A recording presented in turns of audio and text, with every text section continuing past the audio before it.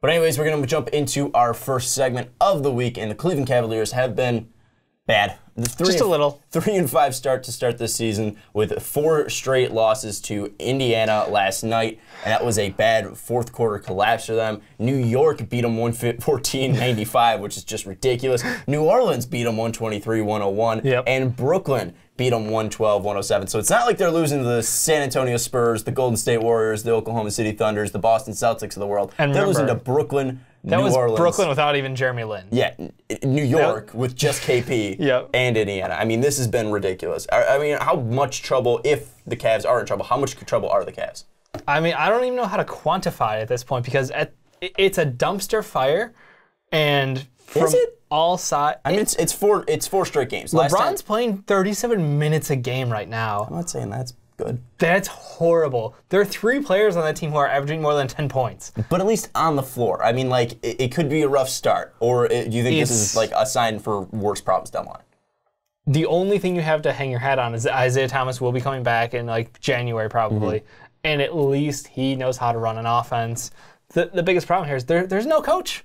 There's no goddamn coach. Like, I'm watching a team of personalities and individual players, but there is no rhythm, there's no momentum, there's no shot calling, there's no logic to this team right now. And what I had expected this year was, great, we've got a bunch of guys who can run ISO ball, you don't need to set up all these plays for them, just let them play, let them be natural.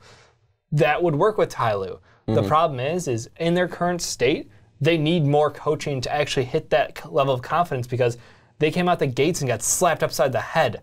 Like, this is a team staggering and looking for direction, and there is none around. And what exactly, what direction should they be pushed in, at least offensively? I mean, you should fire your coach. So you think that Ty Lue should be canned right now? Yeah. I mean, the fact that David Black got fired for, like, winning, like, what, 31 games? Yeah, it was something like that. I think they had a great winning record, yeah. And then they fired him. Ty Lue obviously came in and then led the ship to you need a someone championship. other than like LeBron's buddy who's just going to keep his mouth shut, being the coach. You need an actual coach. So what? I hate to say it. Have you looked in exactly like who they should bring in? I mean, because that's something now like you can say, oh, they should fire their coach, and that's all well and good, but like. Who are they going to bring in exactly to be this coach to lead them? Because this isn't a team that you could just take over mid-season and it's like, oh, we expect you just to, make the playoffs or win 30 games. The expectations are championship or bust. Team. Yeah. So what kind of coach is out there in your mind that you need to bring in? Because obviously you're thinking more of an authoritarian kind of guy, a guy that's not going to take shit, a guy that can really, maintain superstars. I think your mind's going to Phil Jackson. I couldn't even straight face. I'm like, who would work? But in actuality, is there anyone in your mind that you think they need to go out and get exactly, or is it just you need to change cultures? You just need a change of cultures. I mean, we saw, you bragged on your wet boy of the week, the entire Phoenix Suns team, by changing a coach. The entire team changed what they did. I don't think Jay Triano's anything. I don't think you look at Jay Triano. It's not what the coach does. It's what firing the coach sends a message about. But that's 5 games. And that's fine. It's 5 games, and I don't think I feel like this is more literally removing Ty Lue off the team versus having him there. Do you think there's any impact of Ty Lue being there? Do you think there's any bonuses he gives this team? I think the one thing is that, at least looking at this, and I think I said it when we talked about this with Ricky, talking about D. Wade's buyout, is the fact that they are just accumulating talent right now, and they're not bringing anything cohesive to the plate right now. Yeah. And you look at that, there's nothing cohesive about this Cleveland Cavaliers team. You look at offensively, it's LeBron James, and LeBron's going to pass it to whoever's open. They're going to run pick and roll. They're going to try to find the open shooter. That's all they're doing. They're running no sets at all. They're just running pick and rolls. LeBron's trying to create something. He's doing as much as he can. But then again, you look at defensively, there's nothing there. I mean, there's a lack of trying out there. And I think you need a culture change. Yeah. But I don't think Ty Lue is getting rid of him right now is going to be the guy that is really going to be the true thing. I think there needs to be a message sent, but I don't know if you need to send it right now. And I also don't know if Ty Lue is the right scapegoat because then again, there's not a lot of guys out there. I feel like yeah. What the weird thing is going into the year, no coaching changes had been made. Like it was the first year in I forget how long, like 30 years or something ridiculous, where we had an off season where no coaches were fired, and then right off the bat, the Suns obviously have let go of their head coach. I believe Ty Lue provides 0 value to this team. I think that there's literally. I think he brings locker room value, but that's about it. Yeah, I don't think the Cavs players dislike Ty Lue. No, I feel like they like Ty Lue, so I feel like there's at least you can like your head coach, but he doesn't bring value to the team. He doesn't. But I think that's ridiculous. I think he does bring something to at least a morality aspect. I think he does at least have an understanding of the game. I don't think he brings anything offensively or defensively. I don't think he brings anything in sets and play designs. But then again, if you have the figure coach in Ty Lue, I think you need to at least surround him with better assistant coaches and guys like that. And maybe that's where the changes need to be made, not really with Ty Lue, because I feel like the players like Ty Lue, and if you get rid of Ty Lue alongside of just completely struggling, I feel like that might, alienate players a little bit more than just, changing cultures.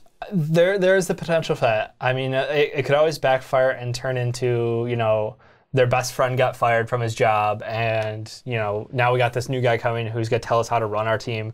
To what? LeBron James, Dwayne Wade, Derrick Rose, J.R. Smith. None of these guys give a fuck. A coach walks into, I don't even know, just mystery coach. Anybody beyond literally Phil Jackson. Vinny Del Negro. Oh my God. Let's just throw out Vinny D. That's an awful. But say Vinny Del Negro comes in and he says, "Hey LeBron, we're gonna run can we some go horns." Jeff Van Gundy or something Jeff Van Gundy's not leaving his job. I mean, that's like the whole Gruden shit. Gruden's not leaving his job at Monday Night Football. I'm literally Jeff just trying to think of a leaving. coach who's available, who has coaching experience. Vinny Del Negro has coaching experience. But I'm just saying, I'm using him as an option. Coaching experience. Yes. Anybody. He went to the playoffs, I think, once. Yeah, whatever. Anyways, but the point is if anyone comes in, they're not gonna listen to him. And that's why I think an assistant coach is a better change, because they're at least gonna hopefully listen to it. And I think the biggest change that needs to be made is LeBron needs to realize that they need to at least step up their play on the court, and he needs to be more of a vocal leader, because they're not gonna listen to Ty Lue. I don't think that's the thing. I think they'll listen to him in a way they'll take some advice from him, but if LeBron's saying hey, they know that LeBron has the power to kick him off the team. Yeah. We saw this with Tristan Thompson, where he had the ability to keep him on the team, and now he's going to be out for a month, which is probably going to hurt them as well. But I feel like there's so much talent on this team for them not to be bad. I think it's just got to be a small culture change and see what happens. Because again, the talent on this team could beat the teams that they're beating. I mean, they're more talented than Brooklyn. They should, and that's what honestly confuses me, because J.R. Smith is struggling really badly, and it's pretty much everybody's kind of pointing back to it started as soon as they picked up Dwayne Wade, and he's like, oh, fuck, I'm coming off the bench now.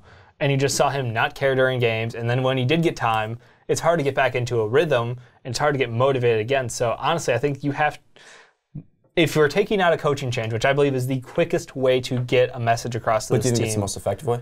I do. I think that's the best option, and that's without even having a planned option of who it's going to be.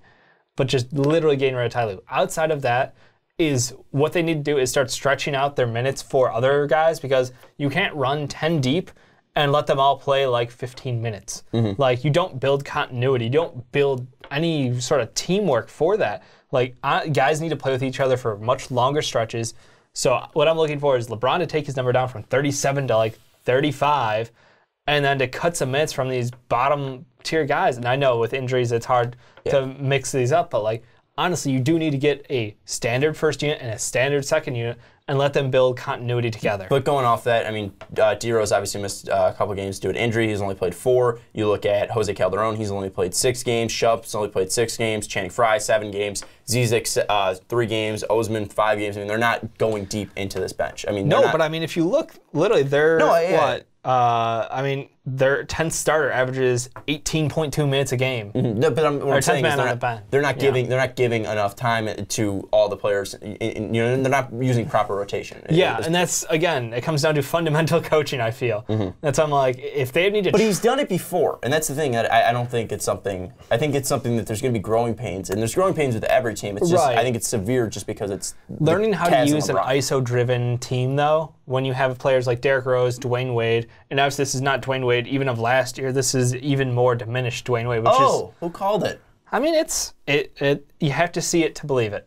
Called it. You can say you called it, but he had no reason to believe that he would fall off this hard. No, I did. He's 37 years old with no knees. He's not 37. He's 36. He will be 37. He damn well could be 55 years old. But that's the thing. So you have ISO guys. Your biggest offensive weapon is still on the bench in Isaiah Thomas. So, yeah, you don't want to... Well, hold on. Offensive weapon. Isaiah Thomas is more of an offensive weapon than LeBron James. LeBron James is the best player. I don't know. I think he's Isaiah probably the Thomas best averaged 30 weapon. points a game last year? Yeah, and LeBron is a 25-7-7 machine who's going to pass 30 people is higher open. than 25. I'm just saying. Look, scoring weapon, yes, maybe. That's what I said. You said offensive weapon. Oh, my God. Let's get over fucking semantics here. I'm just saying. Okay, you're right. I will give that. You are right. One I meant to say scoring. One is probably a generational offensive weapon, and then no, one's you probably, just say generational talent. You can just stop at talent. Whatever. But the problem is, I want to pull the cord so quickly on this team because I see them struggle so hard against teams with half the talent.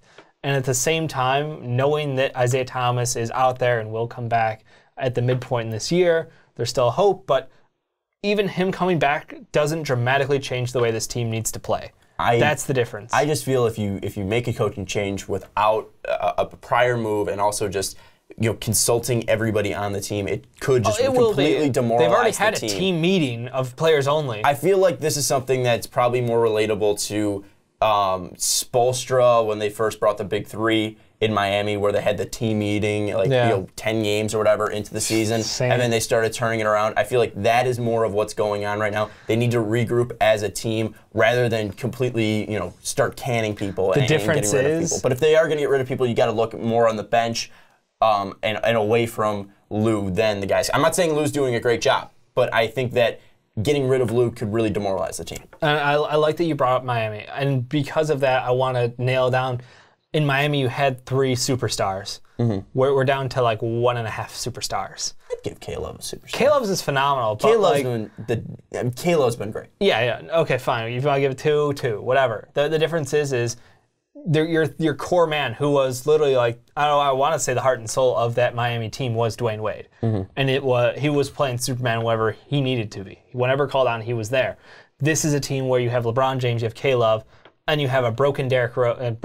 He was injured for what? He already missed half the season, 4 games, right? Yeah, 4 games. Not half the season. Half the season. 4 games sounds way better than half the season. But the point is there's such a drop-off, and you don't have guys in their prime after that. You have J.R. Smith, who's slumping. You have Jay Crowder, who, great. I mean, he's been great for them. I have to admit, that's been awesome.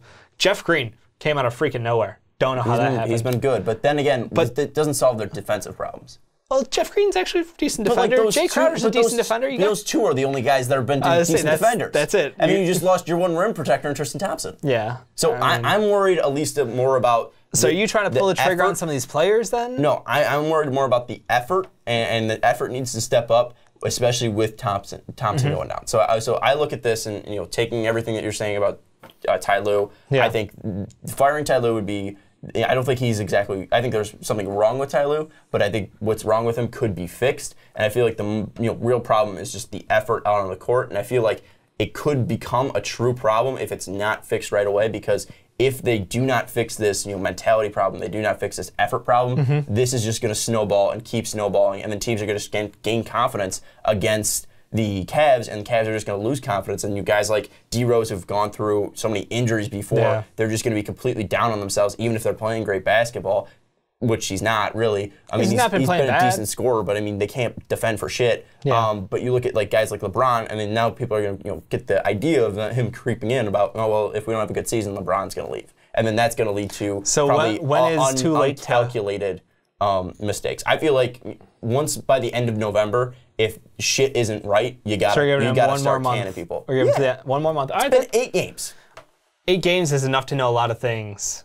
But what we know is they're not trying, and you could fix that. Is it effort or is it a lack of direction? That's where I come into it. I think it's a combination of both. I feel like it's more of a lack of effort out there because these guys have so much talent, and while they are very offensively talented, they don't have a lot of defense out there. I feel like if they started giving a shit defensively, this team would be better. I mean, I feel like I look at watching this team, I feel like there's a lack of effort defensively and a lack of effort offensively. And I feel like there definitely needs to be more direction. I completely agree with you. That's why I'm saying fire the assistant head coaches and try to bring in guys with a different, fresh outlook out there instead of going after T. Lue, because T. Lue's a guy that they like. I get it. You want to protect, because you're right. There is. I feel like backlash. LeBron needs to at least step up a little bit too, as well, and not his play on the court, but at least as a leader. Because I haven't seen LeBron be a leader out there. He's been great on the floor, but I think he could do a little more in the locker room. That's fair. Anyways, let us know what you think. What's wrong with the Cleveland Cavaliers down in the comments below? Do you think it's Dave's idea of firing Ty Lue right away? Are you going to Are you going to make Ty Lue go to LinkedIn and check out more, different jobs? Get stepped over one more time. Ty Lue's going to be on ZipRecruiter real soon, according to Dave. Or are you on my side that this team just needs to step it off, on the floor because they have so much damn talent that they should be better than 3-5 losing the Brooklyn Nets and New York Knicks. But tell us in the comments what you think the Cavs should be doing.